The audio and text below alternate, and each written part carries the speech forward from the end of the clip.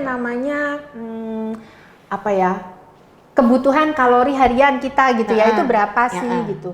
Nah, mie instan itu kan karbohidrat tok ya, karbohidrat tok. Sementara melakukan sebuah pendakian itu pasti membutuhkan kalori yang jauh lebih besar dibandingkan kegiatan kita sehari-hari. Tiap leader di sebuah perjalanan ya, sebuah pendakian atau apapun kegiatan di luar ruang, idealnya nih semua tim satu mereka harus menguasai keterampilan basic life support atau yang biasa kita sebut sebagai CPR ya. Dia harus tahu bagaimana melakukan pemberian nafas buatan dan kompresi jantung jika sewaktu-waktu terjadi henti nafas di jantung, karena kita nggak pernah tahu ya. Itu wajib banget dia bisa. Kenapa? Karena kalau orang henti nafas lewat 3 menit kita terlambat melakukan pertolongan, maka kemungkinan dia untuk bisa diselamatkan kan kecil sekali ya. Jadi basic life support wajib. Kemudian dia juga harus menguasai pertolongan pertama untuk luka, patah tulang, terkilir, ya itu kan resiko-resiko yang mungkin terjadi sepanjang perjalanan. Itu dia harus tahu. Kemudian yang paling membunuh di dalam pendakian di Indonesia adalah hipotermia.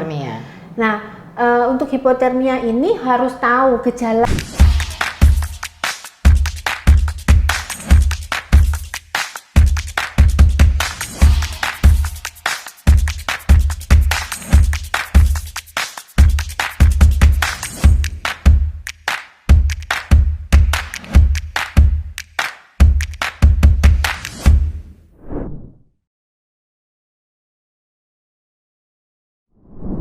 Halo teman-teman Road to Road Channel, balik lagi Sari Widuri. Sekarang kita akan ngomongin banyak hal yang bicara mengenai keselamatan. Keselamatan di setiap kegiatan itu pasti diperlukan. Ada yang cantik-cantik di sini, Dr. Lelita Sari MKK. Apa kabar dok? Kabar baik. Sibuk apa sekarang? Kesibukan ya seperti biasa ya, di For Life kami menyelenggarakan untuk pelatihan yang kaitannya dengan keselamatan dan kesehatan di tempat kerja, kemudian melakukan assessment untuk K3 di perusahaan-perusahaan. Sudah mulai nih ya semua? Ya sudah mulai, alhamdulillah ya, pandemi sudah mereda, kegiatan kembali mulai lagi sekarang. Dokter Lelita Sari MKK ini sekarang kita akan ngobrol panjang, banyak yang bisa diobrolin. Beliau adalah foundernya forlife.id. Banyak banget yang akan kita omongin mengenai keselamatan, ya kan? Keselamatan kerja pastinya Doklet udah banyak banget tahu kan ya. Cuman sekarang tuh yang menarik tuh kalau misalnya kita sendiri kan juga perlu ngomongin keselamatan nih. Kegiatan-kegiatan, apalagi kalau misalnya semua teman-teman yang hobinya tuh berkegiatan di luar ruang, naik gunung, itu kan menjadi trending banget belakangan kan. Semua umur seolah-olah jadi gampang banget, bukan dibilang gampang tapi paling tidak banyak sekali fasilitas yang menyediakan dan menjanjikan untuk yuk kita naik ke sini, naik gunung ke sini, kegiatannya ini. Dan kalau dilihat dari cerita seru dan tidak serunya, semuanya akan terpampang seru di sosial media. Fotonya bagus, perjalanannya seru, bahkan mungkin gak perlu lagi ikut satu komunitas pencinta alam kah atau apa, semuanya tuh bisa kita alami gitu loh, menjadi satu pengalaman. Nah, apalagi kan kemarin juga sempat ada film tuh yang 5 cm itu kan juga kayaknya 5 cm sudah agak lama ya. Agak lama sih, itu agak lama. lama. Cuman kan kayaknya tuh semenjak itu tuh jadi terbuka banget booming gitu ya. Booming. Open trip, semuanya bikin, semuanya entah yang kepingin mengadakan kegiatan perjalanan dia bikin grup-grup, atau yang kepingin ikutan dia masuk grup-grup. Nah, ini sih sebenarnya yang pengen aku obrolin. Apa sih persiapannya supaya trip ini berjalan baik, trip ini dalam tanda kutip terjual menarik gitu kan ya. Terus orang yang mau ikut juga merasa safe, merasa semuanya servisnya baik, karena yang kebayang juga sih karena harus ada di luar ruang dalam waktu tertentu gitu kan, bahkan melakukan kegiatan berjalan, trekking dan lain sebagainya. Nah itu nyiapinnya awalnya dari mana ya dok ya kalau ngomongin itu tuh? Iya, ini menarik sekali ya dengan adanya media sosial saat ini. orang tuh kan berlomba-lomba menampilkan foto-foto, video gitu, apalagi sekarang dengan adanya TikTok gitu ya, video-video pendek itu kan banyak sekali diupload di sana. Dan kegiatan luar ruang adalah salah satu hal yang menarik untuk ditampilkan gitu. Mendaki pas sunrise gitu ya, terus apa itu ada yang lagi ngetren apa negeri di atas awan, apalah gitu ya. Nah, karena ingin menampilkan hal-hal semacam itu di media sosial, kadang-kadang tuh apa ya namanya, dengan mudahnya gitu dibuat satu kegiatan, misalkan melakukan pendakian. Nah, hal-hal yang sebaiknya dipersiapkan itu nomor satu adalah selalu pastikan bahwa pendakian itu prioritasnya adalah keselamatan. Ya, jadi bagaimana melakukan suatu pendakian yang menjamin keselamatan pesertanya, apalagi kalau pesertanya ini adalah orang-orang yang tidak biasa melakukan kegiatan di luar ruang. Betul. Ya. Jadi dalam hal ini si penyelenggara itu harus pertama dia harus memahami manajemen pendakian, ya kan, bagaimana memanage sebuah pendakian gitu. Nomor satu dia harus melakukan pendataan ya, pesertanya ini siapa. Jadi dia harus apa ya, di form pendaftaran itu tuh misal jangan hanya sekedar mengisi namanya siapa, alamatnya di mana, tetapi dia juga harus mendata apakah dia ada riwayat penyakit tertentu. Kemudian apakah dia ada pantangan-pantangan tertentu dengan makanan misalkan. Jadi supaya pada saat dia mempersiapkan makanan, karena kan biasanya penyelenggara menyiapkan makanan juga kan. Jangan sampai kejadian ternyata ada peserta yang alergi dengan bahan makanan tertentu gitu. Terus dia sesak napas pas lagi pendakian itu karena alergi bahan makanan tertentu. Itu contohnya gitu ya. Terus tadi masalah penyakit, kalau misalnya dia ada asma atau ada penyakit tertentu, sering nyeri dada seperti itu ya, berarti kan ada obat-obatan tertentu yang dia harus bawa gitu ya. Jadi hal-hal seperti itu harus diketahui oleh si penyelenggara. Jadi sebagai antisipasi ya kalau terjadi apa-apa gitu di jalan. Jadi memang dari awal sekali si penyelenggara itu harus betul-betul menggali ya. Menggali dari sisi formulir, bukan saja biodata di mana usianya berapa dan lain sebagainya, tapi gali sebanyak mungkin untuk data kepesertaan tersebut ya. Iya, jadi untuk mengetahui latar belakang terutama yang berkaitan dengan masalah kesehatan si peserta ini. Kemudian yang berikutnya adalah punya pengalaman nggak para peserta ini, pengalaman kegiatan di luar ruang. Kan anak-anak kota nih kebanyakan jarang ya bepergian main di luar ruang gitu.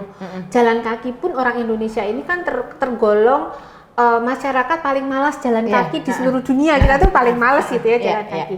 Jadi kalau tiba-tiba harus melakukan pendakian di mana dia harus berjalan kaki, kira-kira nih orang-orang sanggup nggak nih dengan pace ya, dengan kecepatan seperti yang diharapkan si panitia gitu. Karena mungkin sekali ini dia memperhitungkan semalam udah nyampe nih, ternyata karena pada nggak pernah jalan, baru jalan dikit udah capek. Jadi memang gitu kan ya, jadi memang dia harus tahu betul ya. Karena kan ini berhubungan juga dengan itinerary, jadwal, berkumpul di sini, ketemu di sini, memulai pendakian sampai di puncak, foto-foto, turun lagi, selamat. Itu kan sebenarnya yang diharapkan kan.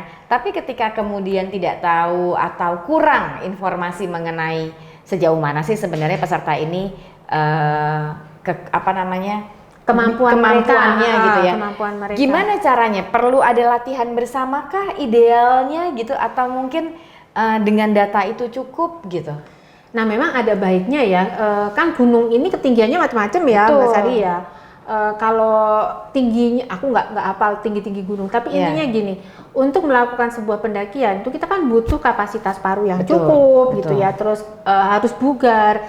Jadi mungkin ada baiknya juga si panitia ini nggak dadakan gitu. Jadi kita akan open trip ya dalam 2 bulan ke depan misalkan. Jadi ayo yang mau ikut latihan fisik dulu nih, harus lari seminggu berapa kali misalkan seperti itu. Jadi itu penting untuk dilakukan.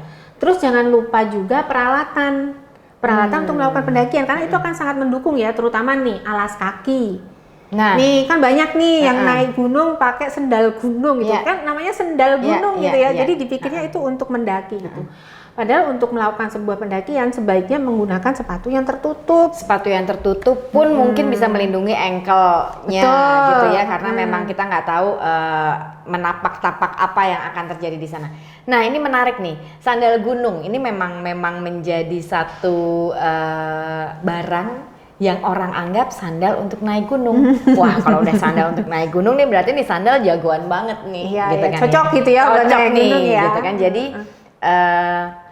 ketika kemudian naik gunung dengan menggunakan sandal gunung, nggak apa-apa kan gue pakai sandal ini, gitu kan? Tapi sebenarnya tetap sandal tetap harus dengan sepatu tertutup ya, Dok ya? Ya, sebaiknya gunakan sepatu tertutup. Kenapa? Karena kaki kita itu kan alat utama untuk kita melakukan pendakian kan. Jadi jangan sampai kejadian kita mendaki menggunakan sendal, terus kesandung, jempolnya luka atau kukunya keangkat misalkan, itu kan pasti akan sangat-sangat mengganggu pendakian tuh, bahkan mungkin dia akan berhenti melakukan pendakian ya. Jadi pakailah sepatu yang tertutup yang memang peruntukannya itu untuk melakukan pendakian, untuk trekking ya. Yang tadi Mbak Sari sampaikan harus nutup ankle-nya karena resiko terkilirnya kan cukup besar seperti itu penting. Terus ya alat-alat pendukung yang lain, misalkan apa? Carriel-nya.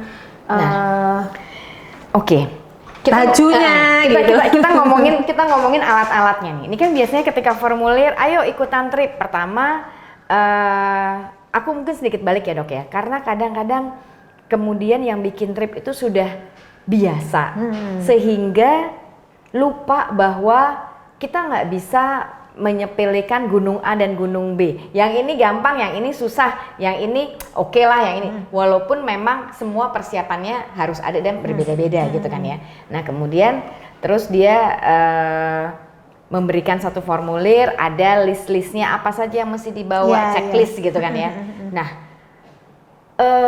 artinya ketika dia bikin list tersebut kan harus ada mana yang mandatori, mana yang enggak, mana yang memang harusnya sekian tergantung kemampuan gitu-gitu kan ya Dok ya. Nah ini kita ngomongin yang harus dulu nih. Jadi maksudnya kalau bisa sih emang punya nih gitu. Jangan sampai kan kadang-kadang kalau misalnya minjem boleh aja sih, tapi kan dipaksa gitu kadang-kadang secara ukuran dan lain sebagainya. Gitu. Karena pengalaman saya ketika saya naik gunung, saya nggak bisa minjem siapa-siapa, ukurannya kecil banget. Gue mau pinjam carriel Dok, extra HS, carriel lu gedean nggak bisa loh. Nah kayak gitu-gitu loh, kayak misalnya yang badannya kecil kemudian harus pakai carriel gitu kan. Kalau ukurannya kebesaran pun juga nggak bisa dan nggak membuat nyaman. Yang harus dia punya tuh nomor satu sih kalau menurut saya ya sepatu, karena bentuk kaki setiap orang tuh kan beda ya. Jadi kalau kita minjem sepatu bentuk kakinya si A meskipun ukurannya sama dengan bentuk kaki saya kan mungkin beda ya. Jadi kalau waktu dipakai tuh nggak akan nyaman. Sepatu itu sebaiknya sih punya sendiri sepatu itu private ya, personal gitu. Tapi kalau untuk ransel misalkan, itu kan sekarang banyak tempat yang bisa menyewakan ransel. Nah itu mungkin kita bisa ada alternatif pilihan gitu untuk ukuran ranselnya ya. Kalau kita badannya kecil, ya jangan pilih yang liternya gede gitu terus dan lebar gitu ya. Nah itu kenapa? Itu resikonya nanti dia akan sakit pinggang, terus ya jelas nggak akan efektif kan perjalanannya, dia jadi lambat. Terus nggak biasa ngangkat beban segitu tuh pasti juga akan terpengaruh. Jadi untuk carriel atau ransel ya dia bisa sewa, pilih yang ukurannya sesuai dengan tubuhnya. Disesuaikan kadang-kadang karena sekarang kan juga sudah ada buat perempuan, buat laki dengan bentuk yang shaping yang berbeda, jadi lebih ramping gitu ya, lebih ergonomis. Itu bisa sewa ya seperti itu. Nah kalau misalkan jaket kita juga nyaman kalau punya sendiri ya kayaknya ya kalau jaket kalau minjem kan kecuali dengan orang yang udah deket gitu mungkin bisa.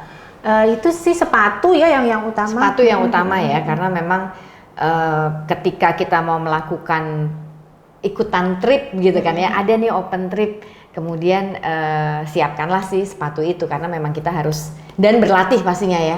Karena bener-bener sih ini godaannya tuh begini Dok. Gampang naik gunung ini santai kok, lu udah pernah kan kesini gitu. Which is yang dia sebut itu mungkin bukan sebuah trekking yang sama gitu kan. Udahlah gampang bisa deh gitu. Jadi rasanya nggak fair juga ya dok ya kalau misalnya kemudian promosinya seperti itu, yang ikut sih ya ikut-ikut aja lah gitu kan. Akhirnya terjadilah sesuatu, keselamatan jadi sedikit diabaikan dengan itu gitu kan.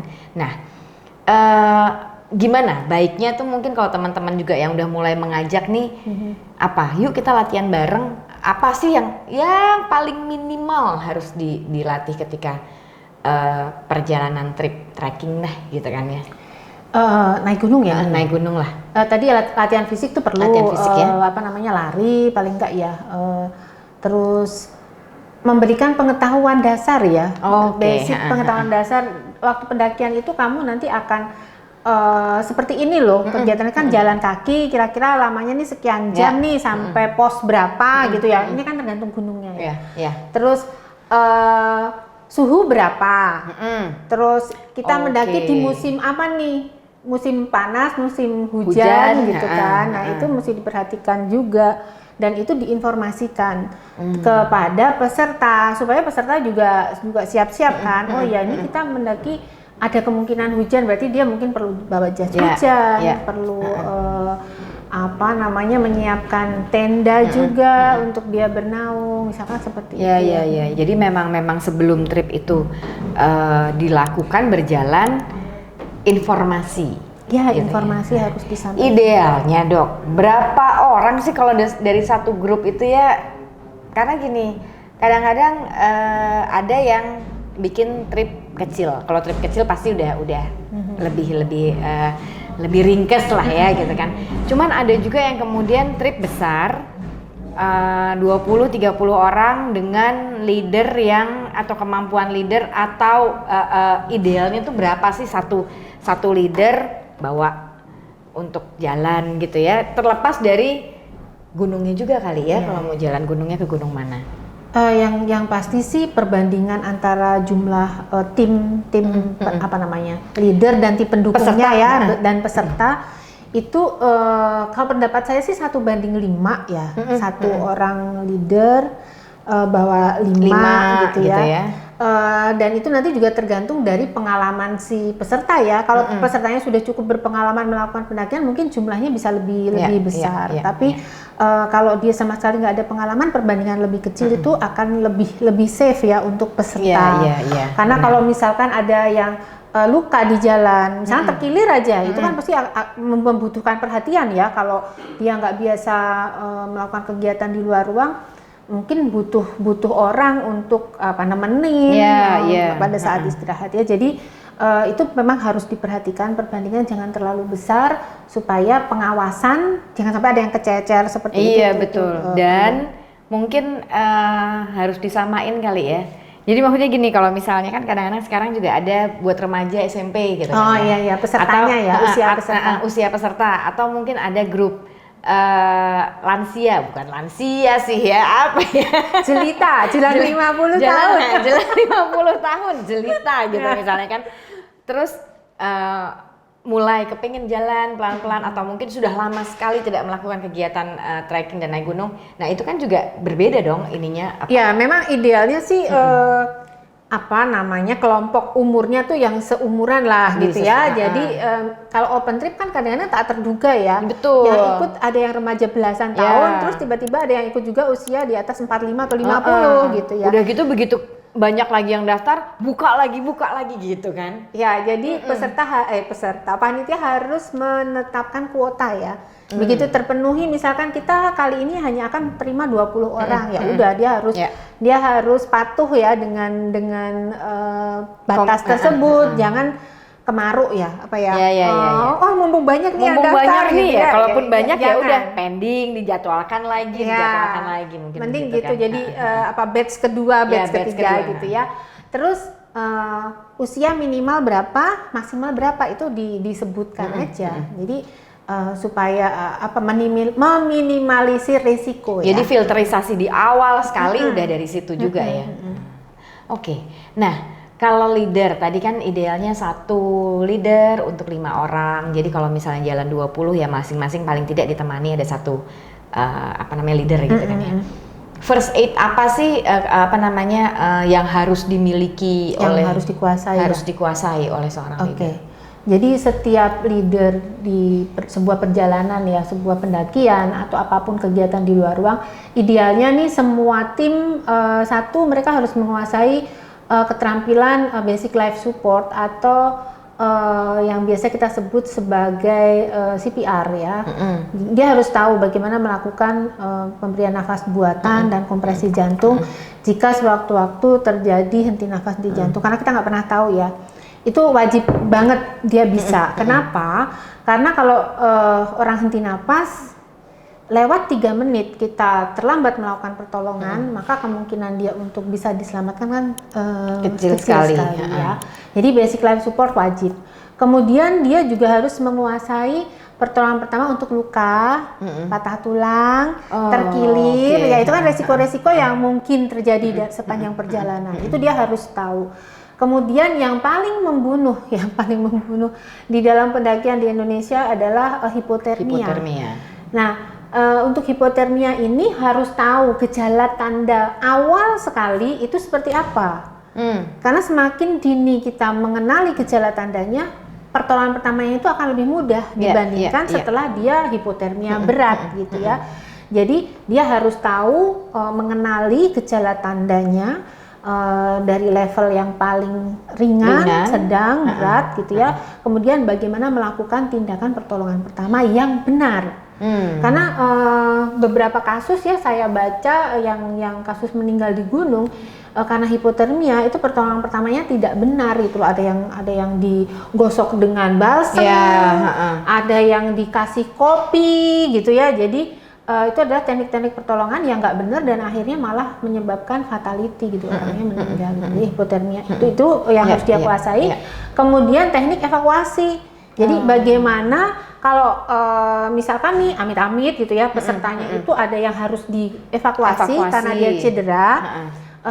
Cara bawa turunnya itu seperti apa gitu kan.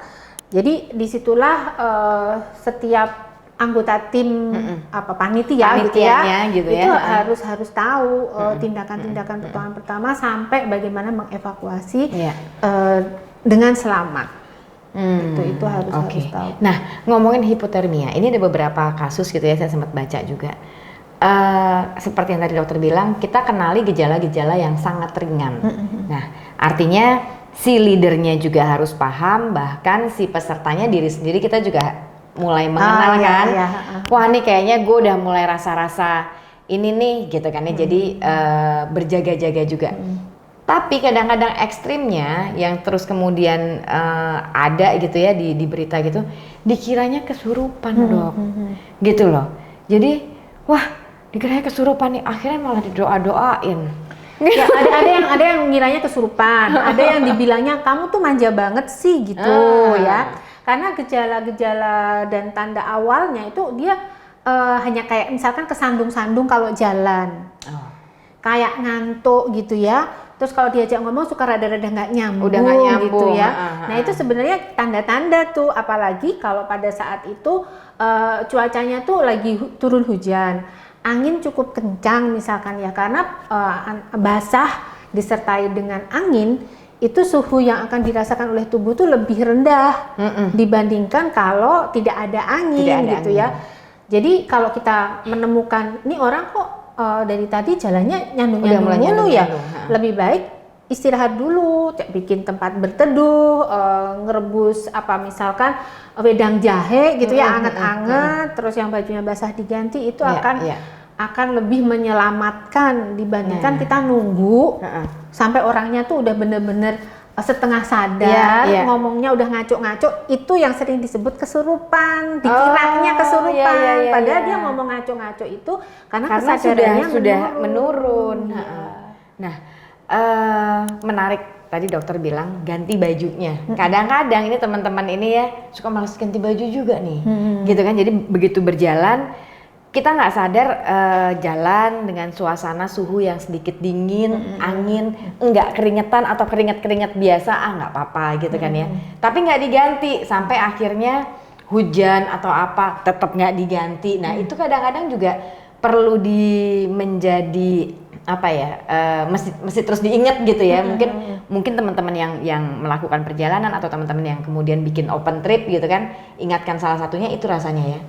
Karena ya jadi gini, yang mesti diingat juga di manajemen perjalanan itu waktu packing baju-baju masukin ke plastik. Untuk jaga-jaga kan, kalau baju kita basah maka baju ganti kita tuh masih kering. Jadi jangan kejadian nih basah yang di ransel juga basah gitu ya. Terus kalau dalam perjalanan itu mulai misalkan kayak rintik-rintik, maka jas hujannya ya dipakai.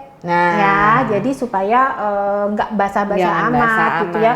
Mungkin basahnya karena keringat kan beda, ditambah lagi dengan air gitu. Betul. Jadi makanya penyusunan alat-alat di dalam ransel itu kan mana yang bisa diambil cepat kan, kayak misalkan jas hujan taruhnya paling atas deh, kalau sewaktu-waktu kan tinggal ambil kayak gitu. Nah itu kan itu butuh ilmu lagi seperti betul. Jadi memang teman-teman juga yang kemudian melakukan open trip dan kemudian punya satu grup gitu ya untuk jalan, menjadi sangat baik ketika packing itu juga diajarin dikit-dikit Mana sih yang mesti lo taruh paling bawah, yang ini jangan di atas, jangan sampai nanti ketika perlu lo ngubek-ngubek. Jadi begitu lo buka tenda udah tap dan diplastikin gitu kan. Nah itu tadi yang saya sebutkan di awal, pengetahuan itu harus disampaikan kepada peserta, teknik packing, barangnya apa aja yang mesti dibawa minimal. Baju tuh berapa, jangan terlalu banyak juga kan, kadang-kadang kalau nggak pernah pergi nih cewek-cewek dipikirnya oh nanti naik gunung bajunya di atas warnanya ini, nanti pas turun foto warnanya ganti lagi ya, benar. Itu juga mesti dikasih tahu gitu. Jadi jumlahnya berapa gitu ya, tambahannya cadangannya ya udahlah gitu kan. Kalau mau bawa skincare boleh, tapi yang basic gitu kan. Anak sekarang mesti cuci muka dulu. Mesti cuci muka, bayanginnya di puncak gunung ada shower, air hangat gitu kan ya. Ya itu kan akan ngaruh di beban yang dia bawa gitu itu. Dan pun juga ngomongin teknik packing juga ada aturannya supaya beban itu nggak terbagi rata ya, nggak terlalu berat di bawah atau di atas dan lain sebagainya. Itu kan ada ilmu baru lagi, itu nanti mungkin bisa dibahas khusus teknik packing gitu ya. Jadi untuk melakukan sebuah pendakian aja banyak banget skill yang mesti dipunya gitu sebenarnya. Iya benar-benar, untuk melakukan pendakian banyak banget yang harus dimiliki. Kemampuan first aid sangat dibutuhkan, kan? Betul. Sehingga apa-apa saja yang memang yang mungkin digunakan. Nah, menurut dokter ya, teman-teman ini yang kemudian open trip gitu ya, mungkin dokter juga sering lihat di mana-mana gitu ya, ada promo-promo. Kemampuan first aid-nya tuh bagaimana sih? Kemudian mereka kadang-kadang mau menambahkan ilmu itu tuh di mana gitu loh. Mungkin itu menjadi gimana nih ya, gue pengen bikin trip cuman pengen deh nih belajar gitu. Ya saya terus terang nggak bisa mengatakan bahwa teman-teman tuh kemampuan pertolongan pertamanya rendah gitu ya. Nggak tahu juga begitu, kan, karena kita nggak tahu. Cuman memang rata-rata nih penggiat di alam bebas di Indonesia belum sepenuhnya gitu belajar ya, belum sepenuhnya memahami bahwa first aid atau pertolongan pertama adalah salah satu skill yang wajib mereka punya gitu. Padahal itu wajib ya dimiliki. Nah kalau pengen belajar sebenarnya sekarang banyak tempat untuk dia bisa melakukan untuk belajar gitu. Di For Life bisa, kita ada kelas untuk basic first aid gitu. Itu untuk publik ya, itu bisa di situ. Atau di beberapa palang merah Indonesia cabang-cabang mereka suka mengadakan juga pelatihan untuk pertolongan pertama seperti itu ya. Jadi teman-teman tinggal search aja pelatihan pertolongan pertama gitu. Itu sekarang di Indonesia udah mulai banyak ya. Jadi teman-teman bisa belajar di sana.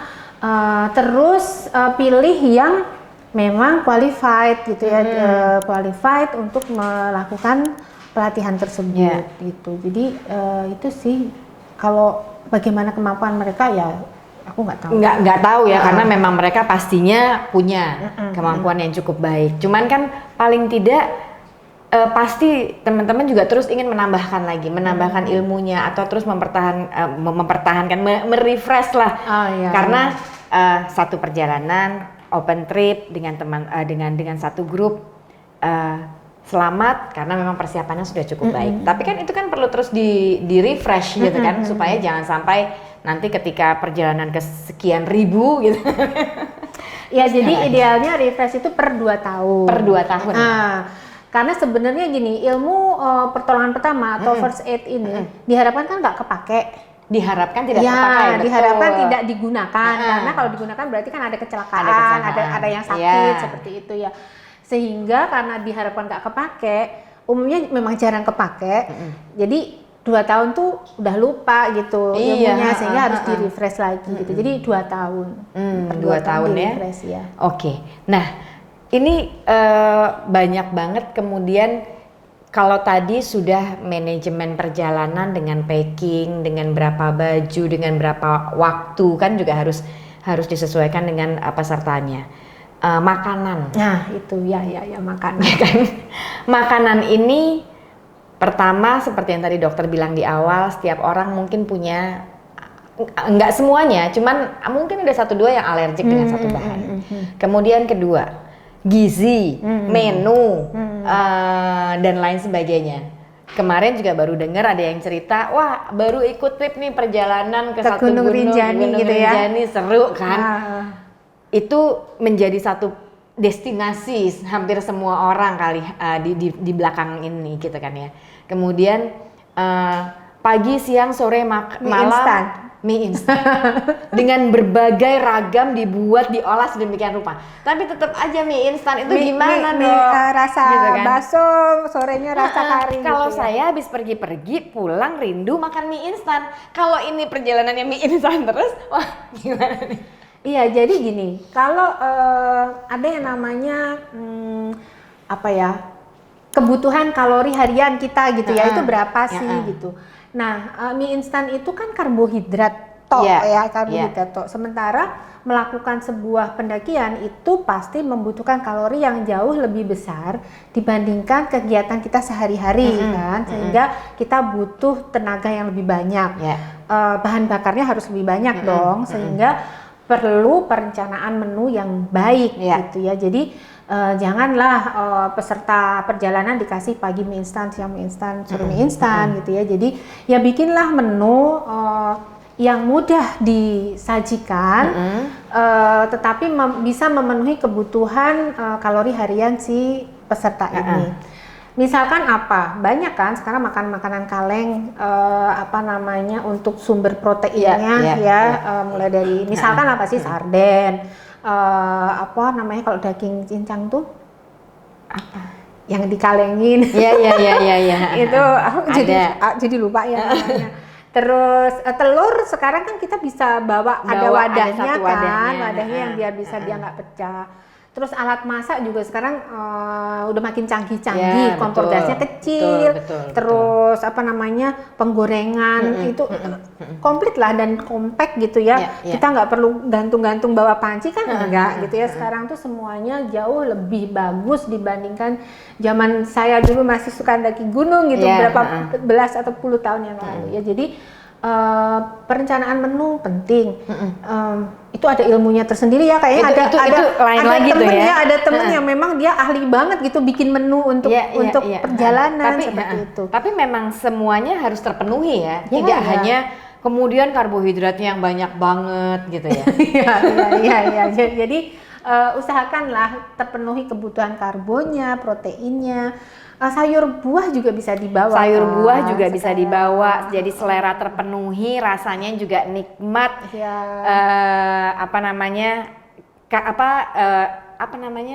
Asupannya juga terpenuhi dengan baik gitu ya. Iya, karena mie instan sih memang menyenangkan ya. Tapi ya sebenarnya kita tidak disarankan juga pendaki itu banyak makan mie instan karena natriumnya dia kan tinggi ya.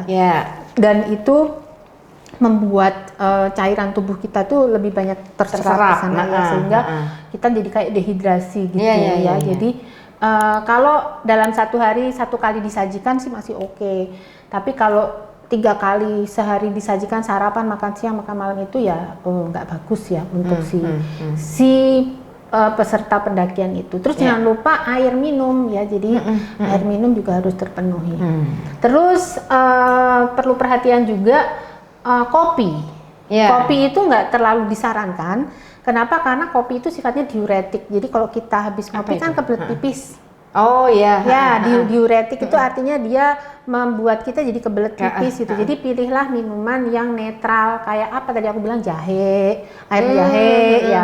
Terus teh juga jangan terlalu kental karena teh juga ada diuretiknya juga gitu. Itu untuk minuman paling bagus sih sebenarnya memang air putih ya. Air putih ya. Tapi kalau teman-teman di lapangan pengen yang anget, coklat anget, coklat atau jahe gitu ya. Itu lebih baik. Iya. Jadi untuk kalau misalnya mau jalan sendiri juga kan kadang memang juga disarankan bawalah cemilan sendiri, apa yang disukain dan obat-obatan pastinya. Jadi pilihlah snack juga yang untuk snack perjalanan. Snacknya apa? Pilihlah kan sekarang banyak ya kayak apa ya, coklat yang tinggi kalori kayak gitu ya. Itu bisa untuk bekal and emergency. Terus aku tadi lupa ya, aku mau ngomong apa ya tadi tentang makanan ini. Kopi. Terus jangan minum minuman keras. Minuman beralkohol. Ya. Karena saya temukan pada beberapa pendakian tuh orang minum minuman keras katanya untuk menghangatkan, ya. Memang betul dia bisa menghangatkan alkohol itu karena dia melebarkan pembuluh darah. Tapi kalau dia diminum dalam jumlah yang berlebihan, itu justru akan menguapkan panas tubuh kita gitu. Jadi resiko dia untuk hipotermia menjadi lebih tinggi gitu. Ya. Terus kan nggak lucu juga kita mabok di gunung gitu ya. Jadi jangan bawa minuman keras. Jangan minuman keras. Kalau soda kadang-kadang suka, kita pengen biar sampai di puncak atau mungkin ketika lagi camping ada yang rasa-rasa. Kalau saya sih nggak sarankan ya soda ya. Kenapa? Waktu kita melakukan pendakian itu kan ada perubahan ketinggian dan tekanan kan berubah. Betul. Nah kalau soda itu kan dia ngegas gitu ya. Tekanan di luar kan dia lebih rendah dibanding, berarti kan di dalam tuh akan kembung dia gitu ya jadinya ya bung gitu. Jadi kebayang kalau udah masuk terus tiba-tiba minumannya bung gitu kan, perutnya sakit gitu nanti kan? Ya jadi minuman bersoda diminum nanti pas udah sampai bawah aja. Kalau banyak sebenarnya persiapannya ya dok ya. Persiapan buat kita ikut open trip atau kita mengadakan open trip itu sebenarnya seru, menarik, tapi nggak mudah-mudah banget. Kita harus jadi harus mikirin keselamatan peserta lah, itu yang harus jadi prioritas. Jadi jangan sampai kejadian persiapan kita kurang karena ngejar, ayolah yang penting segera berangkat gitu kan, biar kita bisa cepet foto-foto nih diupload di media sosial, terus mengabaikan aspek keselamatan gitu. Nah terakhir Dr. Lita, saran dan masukan buat teman-teman yang memang mau melakukan open trip atau mungkin kan sudah merasa merasa memiliki kemampuan keahlian first aid, yuk kita bikin. Nah ini apa sarannya? Pertama-tama gitu kan. Ini untuk yang mau ikut atau yang penyelenggaranya? Untuk penyelenggaranya. Nanti untuk yang mau ikut. Sekarang untuk penyelenggaranya dulu nih. Untuk penyelenggara nomor 1. Pastikan bahwa Anda memahami betul jalur yang akan dilewati ya. Jadi karena kan kalau kita naik gunung jalurnya bisa lewat beberapa jalur kan. Jadi dia harus lewati jalur yang dia familiar supaya kalau terjadi sesuatu dia tahu untuk evakuasi itu jalurnya arahnya kemana gitu ya. Terus pastikan memiliki persiapan skill personal seperti tadi sudah saya sampaikan, bagaimana memanage sebuah perjalanan, kemudian bagaimana melakukan tindakan pertolongan pertama in case terjadi sesuatu emergency. Terus jangan lupa siapkan emergency response plan, rencana tanggap darurat. Jadi kalau misalkan nih terpaksa sekali ada peserta yang harus dievakuasi, nah itu jalurnya kemana, kemudian kalau mau dibawa ke rumah sakit atau puskesmas gitu, itu dia posisinya di mana. Jadi sebelum pendakian itu dilakukan, dia harus mensurvei dulu fasilitas medis terdekat dari tempat dia pendakian itu. Nah umumnya sih puskesmas atau RSUD gitu ya. Nah itu penting supaya kita bisa menghemat waktu. Jadi jangan emergency terus bingung nih mau dibawa kemana ya gitu, masih berdebat gitu ya. Jadi emergency response plan pastikan. Terus alat-alat harus yang memenuhi persyaratan keselamatan. Jadi kalau alatnya rusak ya jangan dibawa gitu. Jadi kayak misalkan ranselnya, talinya ternyata putus sebelah ya jangan dipakai kan, itu akan menghambat perjalanan ya kayak itu. Terus selalu lakukan pendataan yang baik untuk calon peserta supaya Anda benar-benar tahu siapa pesertaku ini siapa sih, dia punya masalah apa yang berhubungan dengan kesehatan jangan sampai itu nanti menjadi beban gitu, beban dalam perjalanan dan bahkan mungkin membahayakan bagi si peserta itu sendiri. Itu sih yang paling penting. Terus makanan, pelajarilah menu-menu yang bisa disajikan di alam terbuka. Terus praktis, saya rasa sekarang banyak sekali. Sekarang banyak banget ya, dan alat-alatnya pun juga kayaknya semua sudah mendukung. Pilihan menunya banyak, terus alatnya mendukung, tinggal kitanya aja gitu. Jadi jangan berpikir bahwa melakukan pendakian sama dengan makanannya mie instan, jangan. Atau melakukan pendakian berarti gizinya berkurang ya kan, lagi trip, nggak juga gitu kan. Nah, oke, itu untuk yang mau melakukan open trip atau bikin grup-grup kecil. Nah, kalau kita nih mau ikut, apa nih saran Dok Lid? Kita lihat apakah dia bersertified first aid atau apa, atau mungkin apa sih yang perlu kita lihat nih kalau kita mau ikut sebagai pengguna jasa, artinya kita kan konsumen konsumen tuh punya hak dong untuk ngecek gitu ya, jasa yang aku mau beli ini qualified enggak gitu. Mas ini timnya itu sudah terlatih belum nih untuk pertolongan pertama, misalkan seperti itu. Sudah berpengalaman belum sebelumnya? Terus kalau nggak salah sekarang kan untuk guiding ya, itu untuk guide pendakian kan sertifikasinya ada juga. Sekarang. Ada. Nah, itu bisa ditanyakan dan dari pemerintah kan yaitu dari Badan Sertifikasi Nasional. Badan Sertifikasi Nasional untuk guide pendakian itu sekarang udah ada sertifikatnya. Nah, itu bisa ditanyakan. Kalau itu ada semua kan jadi lebih tenang kan. Artinya saya berada di tangan orang yang tepat untuk menemani saya melakukan pendakian. Tapi kalau ternyata wah ini belum gitu ya, kita punya hak juga untuk tidak jadi gitu ya. Nah tapi biasanya gini nih, kalau orang Jawa bilang itu ono rego ono rupo gitu. Ada harga, ada rupa ya maksudnya. Ada fasilitasnya lah.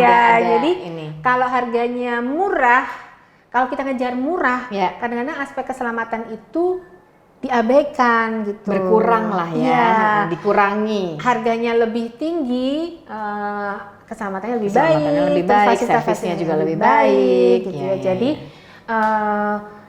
pesan saya sih keselamatan usahakan tetap yang menjadi prioritas, karena tujuan kita melakukan perjalanan kan bersenang-senang dan pulang dengan selamat gitu. Betul, yang namanya selamat kan berangkat, preparation, happy, nyampe puncak, balik semuanya happy, sampai rumah lagi. Nah, kemudian yang terakhir juga mengenai fisik nih. Semuanya kita tanya, sudah bersertifikasi nih. Nah, kita juga nyiapin diri dengan melatih fisik nggak? Oke. Nah, terus tanya pada diri sendiri gitu ya. Artinya kita tuh tanya pada diri sendiri. Kalau aku naik tangga di kantor aja ngos-ngosan gitu ya. Naik tangga di kantor aja ngos-ngosan, terus aku sekarang pengen mendaki gunung gitu. Kira-kira sanggup nggak ya gitu. Artinya kan dia harus mempersiapkan fisiknya. Jadi jangan sampai gini. Jangan kita berpikir, kan aku udah bayar, kalau aku capek, ya udah gendong dong gitu ya misalnya. Jangan berpikir begitu ya, jadi nggak lucu banget gitu. Mentang-mentang udah bayar, terus ya udah nggak apa-apa, nggak usah latihan tuh kalau capek, gendong aja. Gitu. Jadi tetap lakukan persiapan fisik lah. Kalau kita udah tahu bakal mendaki gunung yang sering mana sih, Gede Pangrango, atau apa Arjuno. Sekarang yang mulai rame Rinjani Semeru. Wah, Rinjani Semeru gitu itu kan? Kalau menurut aku itu kelas berat. Kelas berat ya. Kelas berat itu kelas berat. Dakilah dimulai dengan gunung yang pendek-pendek dulu lah gitu ya, untuk melatih tubuh kita. Jadi lakukan persiapan fisik, ngukur diri supaya tidak merepotkan tidak merepotkan dan jangan sampai kita justru celaka karena kita tidak mempersiapkan diri. Ya, itu sih. Oke. Dokter, thank you banget. Jadi semuanya sudah komprehensif nih ya. Semuanya dipersiapkan bagaimana kita memanage sebuah perjalanan, bagaimana kita memanage diri kita sendiri. Jadi kita sekarang harus mulai berlatih berjalan. Karena tadi satu yang saya dapat hari ini adalah kita jarang banget mau jalan. Iya, kita itu jarang banget jalan kaki gitu loh. Coba di handphonenya masing-masing kan suka ada fasilitas hitung langkah kaki ya. Itu kan 6.000, itu sedikit loh 6.000 gitu ya. Paling kita tuh 1.000 udah bagus di sini. Iya, kadang-kadang duduk 1.000, 2.000 kan kebanyakan duduk ya. Jadi usahakanlah paling nggak latihan dengan berjalan kaki. Oke, terima kasih ya dok ya. Nanti kita ketemu lagi, kita ngomongin banyak hal lagi. Belum sempat ngomongin for life, nanti kita ngomongin. Oke, makasih. Dan kita akan ketemu lagi nanti di episode-episode berikutnya. Kalau kali ini adalah ngomongin bagaimana persiapannya, next banyak lagi yang bisa diomongin di Rope to Rope Channel.